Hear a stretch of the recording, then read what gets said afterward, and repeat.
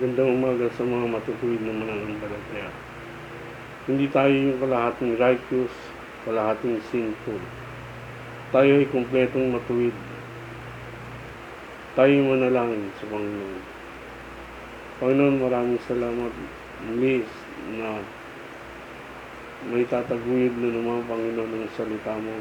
At ikaw, O Diyos, ang siyang patuloy na mag-ingat sa akin sa pananalita, sa mensahe.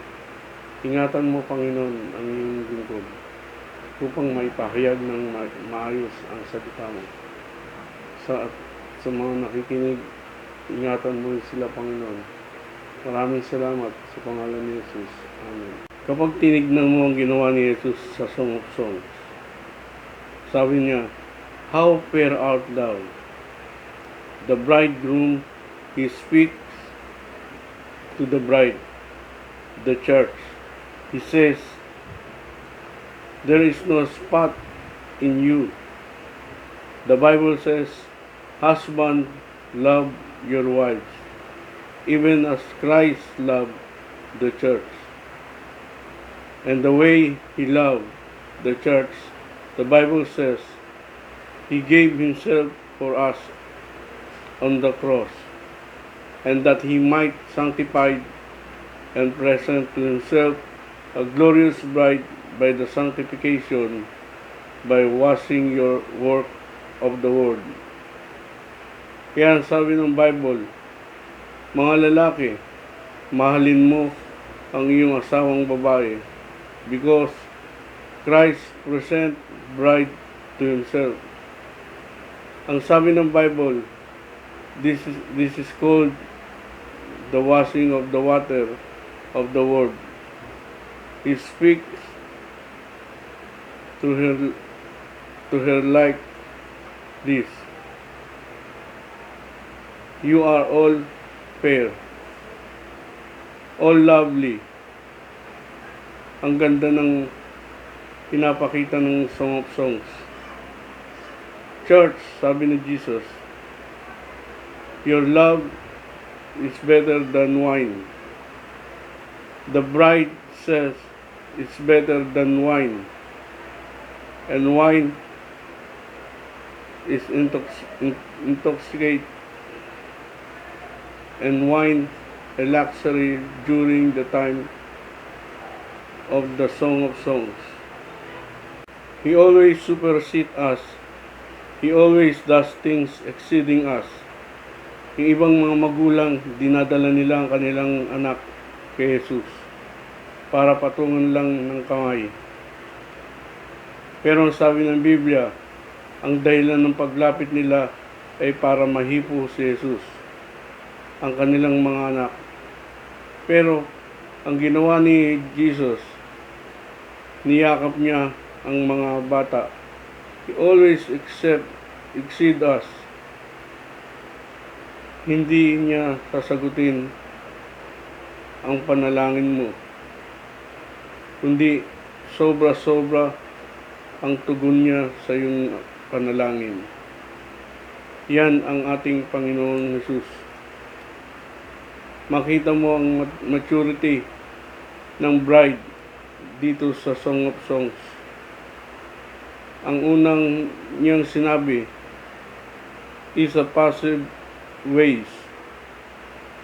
Self still in a center. My beloved is mine, and in his. Your sense love by your sense. Katulad ng Panginoon, palaging nasa tabi mo. My beloved is mine, and I am this. At siya ngayon ay nasa ating kalagitnaan. At ang sabi niya, my beloved is mine, and his desires towards me. Sa huli ng awit, ang sabi niya, I am my beloved. Maturity has come. I am my beloved, and his desires is towards me. Tama ba? Alam mo ba ang terms ng my beloved is mine and I am my beloved? The letter is better. Bakit? Bakit better? Bakit mainam? Dahil hawak-hawak ka ni Jesus. Kapag nakita mo, my beloved is mine and I am my beloved, ibig sabihin nakakapit ka sa Kanya at hawak-hawak ka niya. Kaya nung sabihin niya, I am my beloved, He is holding unto you. Kaya sabi ng Bible, fear not, for I am with you. Alam niyo ba, ang bagong tipan ay binibigyan tayo ng katiyakan. Ang sino mang nag-aalis ng iyong katiyakan, ito lang masasabi ko. Ang mensaheng yun, ay hindi galing sa Diyos. Ang sino mang nag-aalis ng katiyakan mo, hindi galing sa Diyos yun. Anytime na makikinig ka ng sermon, tapos inalis na yung katiyakan, it is not from God. It's the devil idea to take you away from God's presence. Ito lang lagi niyong tatandaan. Kagalakan at ang kapayapaan ay hindi nag-exist in the atmosphere of uncertainty and lack of assurance. Pero to have the assurance, dapat tayo nakikinig sa salita ng Diyos para lagi natin naaalala ang pangako ng Diyos at ang mga bagay na kaya niyang gawin para sa atin. Dapat hindi tayo mabilis ma-distract. Dapat ngayon ang namumuno sa church ay punong-puno ng salita ng Diyos. Punong-puno ng kaalaman ng salita ng Diyos. Dahil alam ko na darating ang panahon na isa naman sa inyo ang mamumuno at magpapatuloy ng pagtuturo ng salita ng Diyos. Kapag kayo na ang namumuno at magsasalita, hindi ninyo pwedeng sabihin na hindi kayo punong-puno ng salita ng Diyos. Dahil ang isang leader ng church ay hindi dapat tamad magbasa ng Biblia. Dapat nagbabasa palagi, nagbubulay-bulay ng salita ng Diyos. Dapat ang leader ay may nakahandang 2 o 3 sermon palagi. Minsan ang Diyos na mamimili doon sa inahanda mong teachings. Hindi naman pangkaraniwan na pagdating ng pastor, magdadasal lang kayo. Kailangan ang namumuno ay handa. Makita mo pagkatapos ng sermon kong ito, ay malalaman mo ang kahalagahan na ikaw ay righteous dahil sa dugo ni Jesus. At naniniwala ako, believing the truth always have a holy effect. And the holy effect and holy life is a fruit, not the root. The root is believing the gospel. The gospel is not a revelation of the sins of men. The gospel is the revelation of the righteousness of God. It's given as a gift to a simple man. Sige, tignan natin sa John chapter 14 verse 25 hanggang 27. Ito ay significant night para kay Jesus. Kasi itong gabing ito, siya ay ipinagkanulo. Ito yung gawing enter to His compassion. He was suffered for all of us.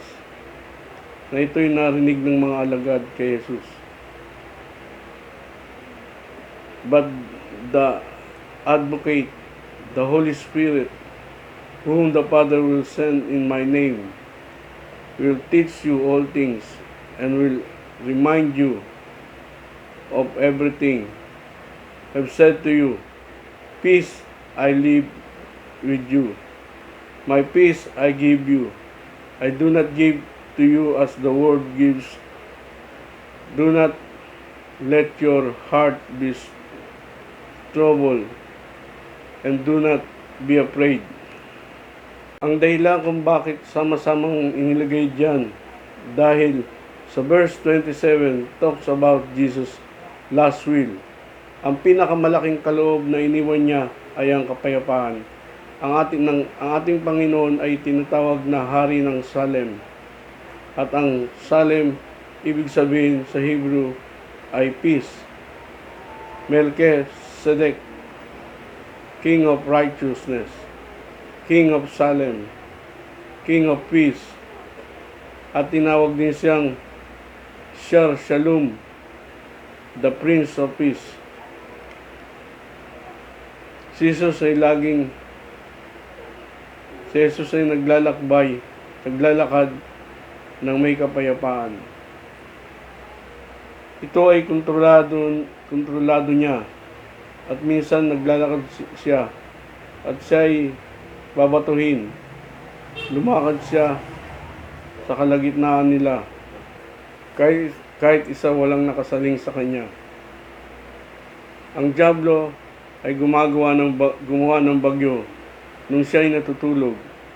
Siya ay inatake ng dyablo upang magising, pero hindi siya nagising. Ibig sabihin, he has no power over Jesus. Pero sa sigaw ng mga alagad, doon siya nagising. And Jesus always in a perfect control. He's always in a control. Wala tayong makita sa gospel na si Jesus ay nawala ng control. Even his death, sabi ng Bible, he lays down his life.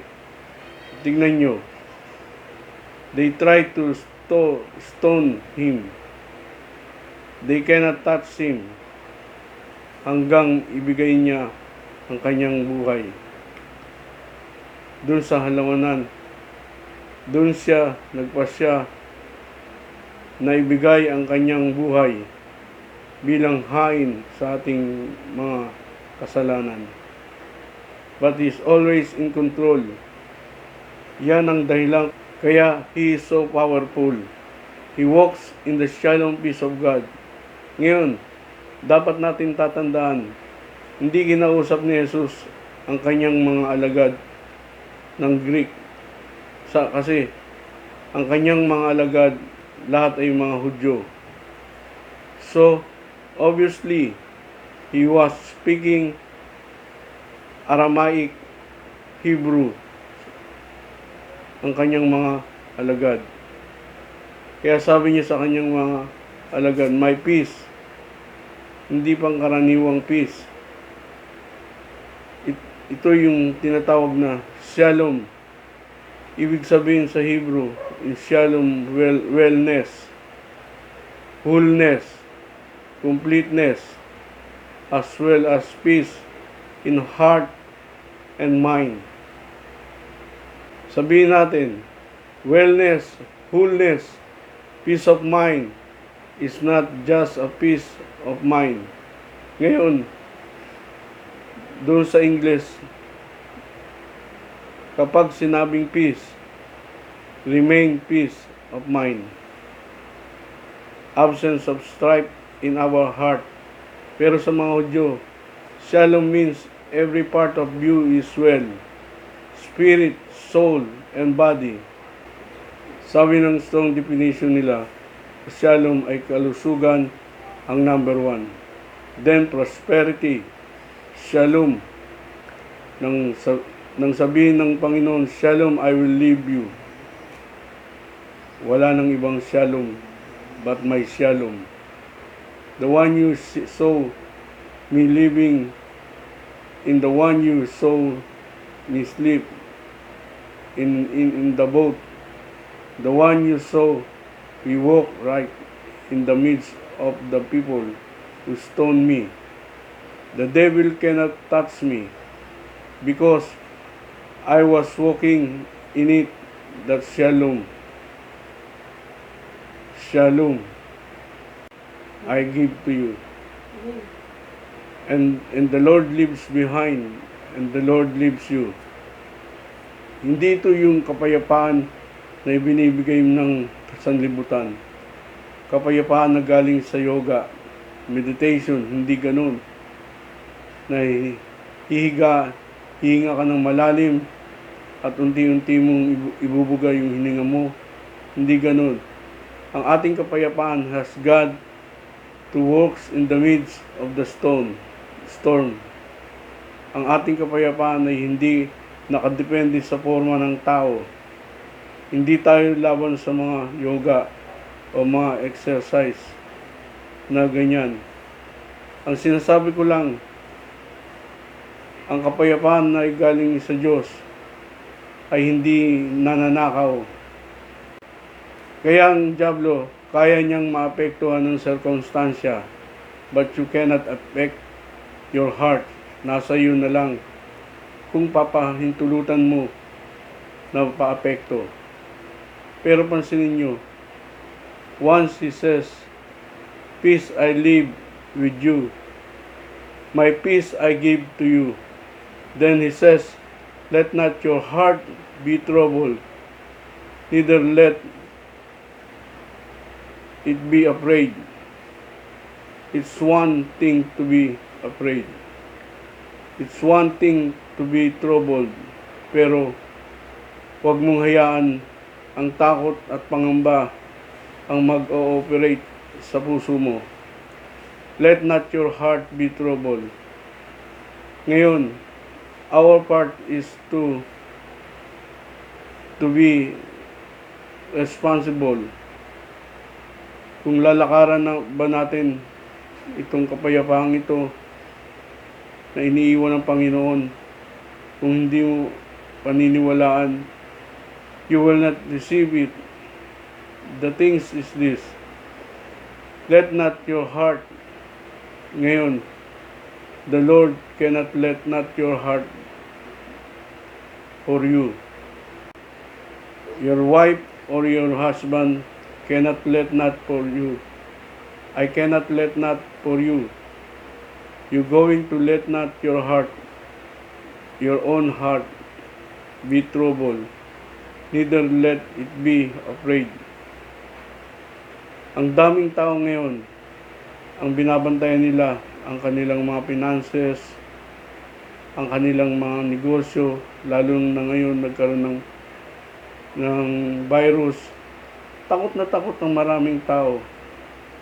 Hindi na sila magkanda o gaga. Yung kanilang career, mga artista, yung kanilang mga career nawala. Ang kanilang mga pamilya, ang kanilang mga anak, kanilang mga kalusugan. And the Lord says, I never told you, you got all these things. The only thing my word says, above all the guarding, above all the keeping, sabi ng Hebrews, bago mo bantayan ang lahat, guard your heart. Sabi niya, if you guard your heart from letting your heart be troubled or being afraid, I will get these things outside. Pero kung binabantayan mo lang yung mga bagay na nasa labas, hindi ko yan babantayan. Pero kung ang puso mo ang iyong babantayan, and allow not your heart be troubled, neither let it be afraid. Righteousness, peace, and joy, and the Holy Spirit start flowing to your heart. And that seeking first the kingdom of God, and all these things outside will be added unto you. ang mga tao nagkakaroon ng foolish decision dahil naguguluhan sila. Naguguluhan ang kanilang mga puso. People make a wrong decision kasi naguguluhan sila o natatakot sila. People push or driven to do these things they were not otherwise do under peaceful circumstances. Kapag nakita mo yung hindi magandang report about your finances o nakatanggap ka ng hindi magandang balita o ano pa man yun, if you guard your heart, God will guard the report, the shalom, peace, will guard it. At yan ang pangako ng Panginoon sa ating lahat. Ang tanging paraan na mababantayan mo ang iyong puso mula sa kaguluhan at sa pagkakatakot, magkukot ka lang ng verse sa Bible. Ano man dumating na kaguluhan sa iyong puso o takot, sabihin mo yung talatang ito. Alam mo, you will release the power fulfillment of that verse. Si Jesus ay natalo niya ang diablo by quoting verse. Mararamdaman mo yun yung effect sa iyong puso. It's like you are voicing the word of Jesus. And those were power. Kapag naramdaman mo na ikaw ay natatakot or the fearful thought, throw away your troubled heart. Mamaya mararamdaman mo na yung kapayapaan na galing sa Diyos. Magsisimula ng mag-umapaw kasi may mga sarili tayong bahagi ng alam ng diablo na pupuntahan niya. Susubukan ka niya sa loob ng ilang taon. Kaya alam niya kung saan ang kahinaan mo. Ngayon, nais kong sabihin sa inyo, sariwa na galing sa Diyos. Sabi sa akin ng Lord, Son, I have you noticed that your very area in your life, those areas that you are not concerned about, the devil cannot get you in those areas. You are not trouble of those areas. The areas where you see my grace at its best. Sabi ni Jesus, pag maglumihanan ang iyong puso. Ito lang masasabi ko. We don't care what the reason are. We are not to let your heart beat with trouble. Neither let be afraid. Now, the wonderful thing is this. It comes right after a verse about the Holy Spirit, the Helper, the Holy Spirit whom the Father sent in my name. He will teach you all. He will teach you all sa lahat ng mga gagawin mo. Hanggang dito na lang po muna tayo magtatapos. Tayo po'y manalangin. Panginoon, maraming salamat sa mensahe mo sa iyong mga anak. Ingatan mo kami, Panginoon, at lahat ng mga nakikinig. Alisin mo ang takot, lalong-lalo na sa panahon namin ngayon. Ikaw po, Panginoon, ang mag-aalis ng takot sa puso ng iyong mga anak. Na ikaw, O Diyos, ang siyang gawing sentro ng kanilang mga buhay. Ikaw, O Diyos, ang siyang patuloy na mag-ingat sa kanila. Lalong-lalo na sa panahon namin ito na ang virus ay kumakalat. Maraming salamat, Panginoon. Alam kong iingatan mo kami, Panginoon, sa lahat ng pagkakataong ito.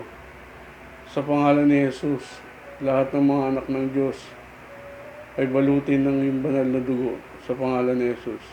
Amen. Amen.